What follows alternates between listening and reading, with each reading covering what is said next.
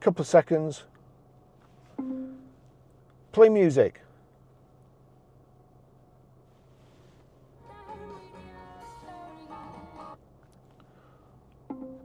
Shuffle music. Shuffling all songs from Apple Music. Next track.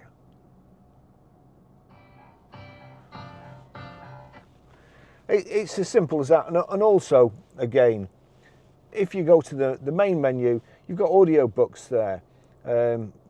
If I just wipe that along, Spotify, anything, it mirrors your home screen. You've got Audible, so you can listen to audiobooks. If I click on there you go. You've got all your books there in your library. You can pick any one or just play from before. Just go back there. WhatsApp, Google Maps. It's an absolutely fantastic system. As I say, you've got Apple Maps. Apple Maps, you can set all sorts of things. You can set all sorts of reminders.